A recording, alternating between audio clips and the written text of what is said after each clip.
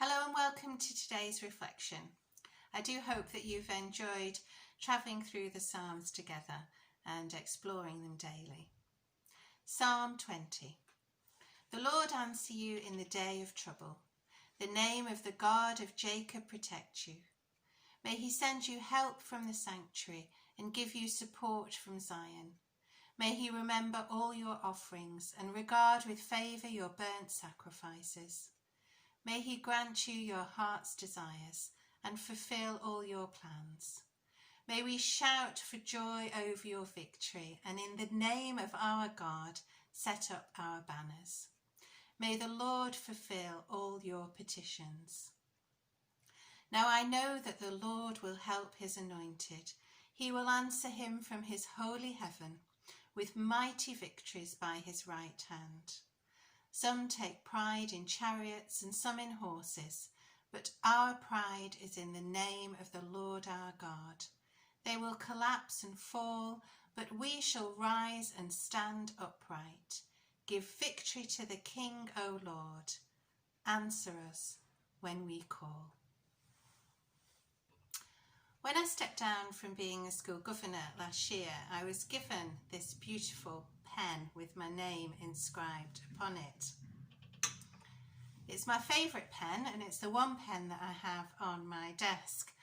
And I love it because it's a lovely writer, it's a nice weight, it has a special remembrance about my time as governor at school, which I really enjoyed.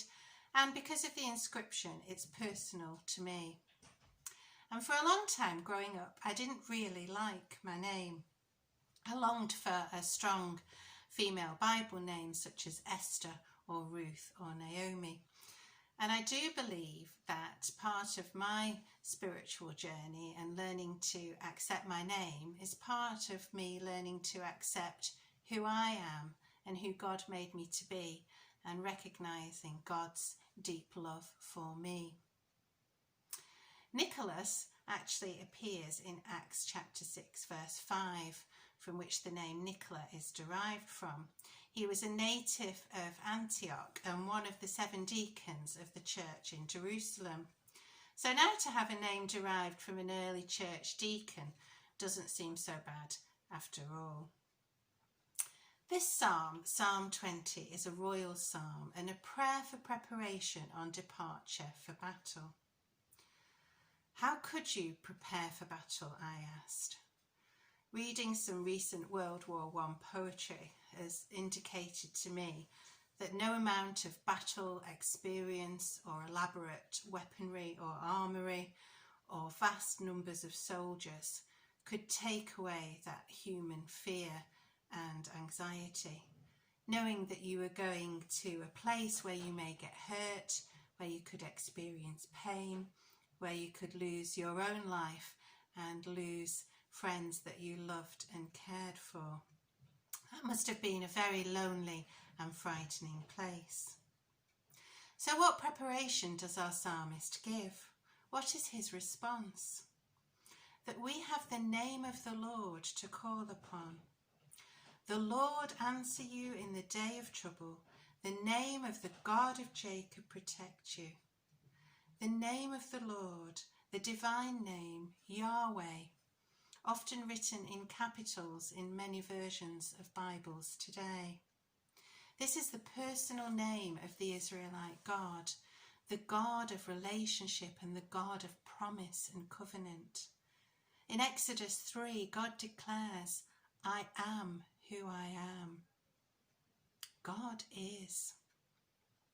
In ancient Near Eastern thinking, a name is not just a name, but it's actually about the character and the person. The name was thought to contain their very essence.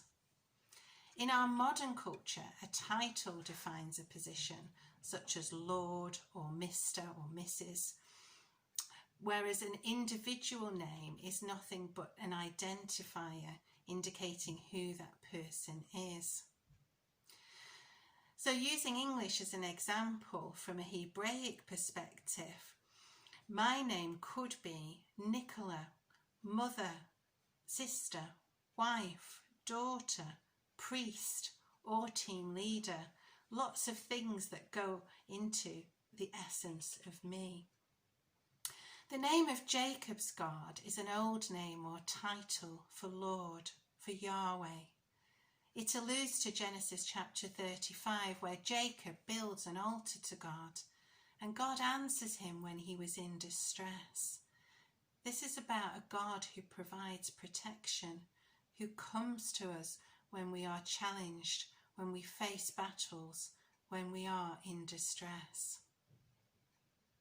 And finally, God is just and merciful. He is a Lord of truth. The third commandment in Exodus chapter 20 tells us, "You shall not make wrongful use of the name of the Lord your God." To misuse God's name was to misuse God's very identity, to speak against him. The Hebrew text in Exodus literally demands us not to lift the name, which is a reference to oath-taking. So to take oath under the Lord's name, like we might do in a court, is serious, and it guards against dishonesty. It's a misuse of God's authority to use his name for deceit, because God is justice and peace.